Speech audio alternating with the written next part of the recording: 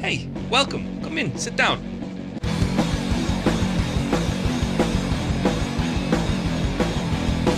What's up, Throttlers? Aristotle Full Throttle here, and today I'm reviewing War Dogs, starring Miles Penn and Teller and Jonah, King of the Hill. It's directed by Todd Phillips, who you may remember directed the Hangover trilogy, if you want to call it a trilogy. But if you don't remember he directed the Hangover movies, there's a scene in here that takes place in Vegas where Bradley Cooper shows up. So that reminded me that, oh yeah, Todd Phillips and Bradley Cooper are like best buds, they're bros. And they like to make movies just as an excuse to go to Vegas. War Dogs is about a couple of childhood friends who reunite when they're older. Miles Teller's character is down on his luck, he's expecting a child, he doesn't have much money. He finds out that his buddy, Jonah Hill, is selling arms to the US military by a very questionable and sketchy means, because he's a complete sociopath.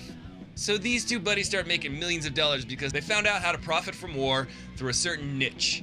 And it's niche, rhymes with itch. If you say niche, you're speaking French. Nobody wants to speak French around here. I don't want to speak French. Joe, I don't want to hear you speaking French around here. Oui, oui.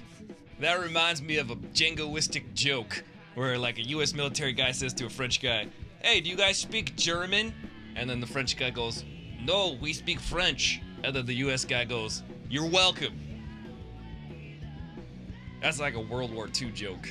So these two guys get in over their head, and of course things start to happen where families are torn apart and friendships are destroyed and lives are threatened. So I went into this movie thinking, hey, Jonah Hill's in it, it's gonna be real funny. Well, it's not that funny. It does have its funny moments though. I did laugh a lot throughout the movie, but it's kind of a dramedy. And it's very much centered around the relationship between Jonah Hill and Miles Teller. It was interesting to see how the US government actually gets their arms and deals their arms. And it just goes to show that war ain't nothing but a business. Remember that.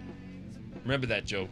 Miles Teller is good. He's a good actor. He's fine. He does a good job. I just don't think his presence is really strong. I think Jonah Hill, though, was actually really good at this movie. He plays a sociopath really well.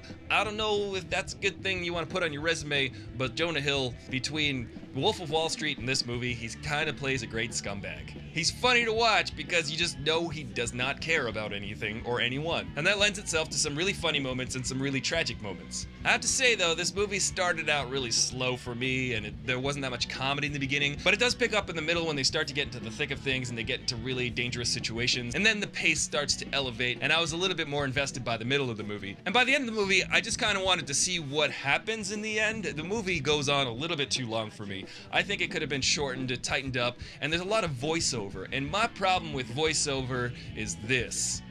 He stood there staring at the camera, wondering when the fist would come out of nowhere and punch him in the face. You don't need voiceover. You could just do the thing that's gonna happen on screen. I think as a practice, voiceover is really destroying the art of telling a story in pictures, and you really do need to just tell a story in pictures because that's what a moving picture show is. And the voiceover in this movie does feel like it's trying to be Goodfellas or like a classic gangster movie, but it never quite gets there for me. Like Goodfellas and Scarface do seem referenced in the imagery and the ideas that they show on screen in this movie, but those movies are classics that are really done right. Go get your shine box. I had a problem with the music. I think that Time Warner just owns a huge, massive music catalog and they just want to put every song that they own onto the soundtrack of these movies and just stuff these movies wall to wall with music that just sort of hits you over the head and says, you should feel like this right now. We're gonna play The Who, Behind Blue Eyes, and you're gonna feel sad because the song is a sad, melancholy song. And that doesn't work for me. You gotta build into those moments through the acting and the storytelling.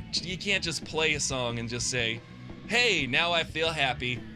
Sunshine, lollipops, and rainbows, everything is wonderful, is what I feel when we're together.